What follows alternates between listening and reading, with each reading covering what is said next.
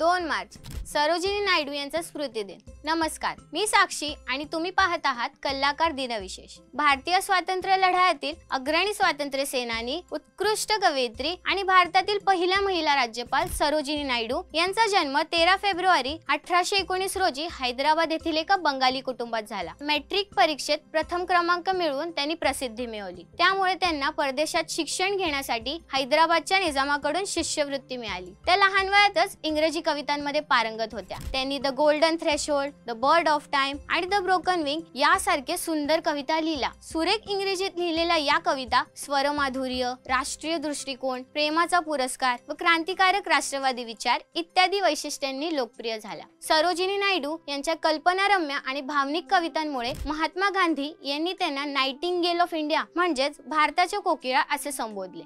Bulbul Hind, the nightingale of India, to address us.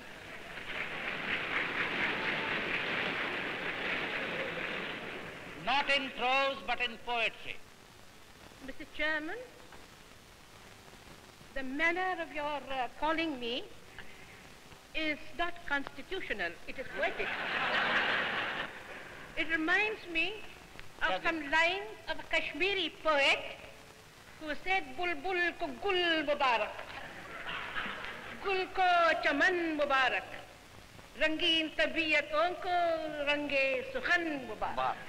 Sarojini Naidu यांनी महात्मा गांधी आणि गोपाल कृष्ण गोखले यांच्या विचारांनी प्रेरित होऊन 1915 साली स्वातंत्र्य लढ्यामध्ये प्रवेश केला। 1916 मध्ये त्यांनी होम रूल चळवळीत सक्रिय सहभाग घेतला। 1917 मध्ये महिला भारत सभा स्थापन करण्यात त्यांनी महत्त्वाची भूमिका बजावली। 1925 मध्ये भारतीय राष्ट्रीय काँग्रेसच्या त्या पहिल्या महिला अध्यक्ष बनल्या। ब्रिटिश राजवटीत भारतात पसरलेल्या प्लेगच्या साथीमध्ये सातत्याने फार परिश्रम करून जनतेला सर्वतोपरी मदत केली। म्हणून ब्रिटिश सरकारने 1908 मध्ये सरोजिनी नायडू यांना केसरी हिंद या पदवीने सन्मानित केले। 13 एप्रिल 1919 च्या जालियनवाला बाग हत्याकांडामुळे संतप्त झालेल्या सरोजिनी नायडू यांनी ब्रिटिश सरकारला त्यांचा हा सन्मान परत केला। 1930 मध्ये त्यांनी दांडी यात्रा आंदोलनातही भाग घेतला। 1942 च्या भारत छोडो आंदोलनात त्यांना तुरुंगवास भोगावा लागला। देशाच्या स्वातंत्र्यानंतर भारताचे पहिले पंतप्रधान पंडित जवाहरलाल नेहरू यांनी सरोजिनी नायडू यांना उत्तर प्रदेशचे राज्यपाल बनवले। त्यामुळे भारतातील पहिल्या महिला राज्यपाल बनण्याचा मान त्यांना मिळाला। सरोजिनी नायडू यांचे हे योगदान भारतीय स्वातंत्र्य लढ्यासाठी आणि साहित्य क्षेत्रात अविस्मरणीय आहे। त्यांच्या या कार्यामुळे ते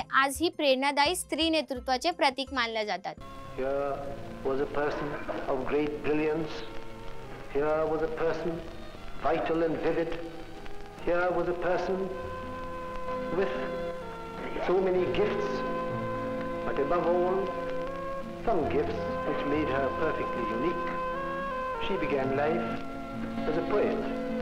In later years, when the compulsion of events drew her into the national struggle, and she threw herself in it with all the zest and fire that she possessed, she did not write much poetry with pen and paper, but her whole life became a poem, a song.